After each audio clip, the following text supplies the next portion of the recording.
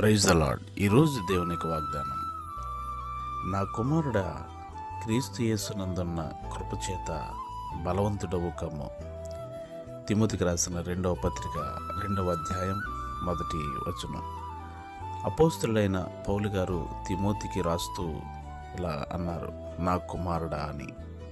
నా కుమారుడా, క్రీస్తు యేసునందున్న కృపచేత నీవు బలవంతుడవు కావాలి అని.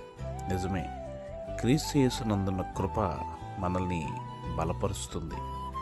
ఆయన కృప మనల్ని రక్షిస్తుంది. ఆయన కృప, ఆయన యందు నమ్మికించు వారిని ఆయన కృప ఆవరిస్తుంది.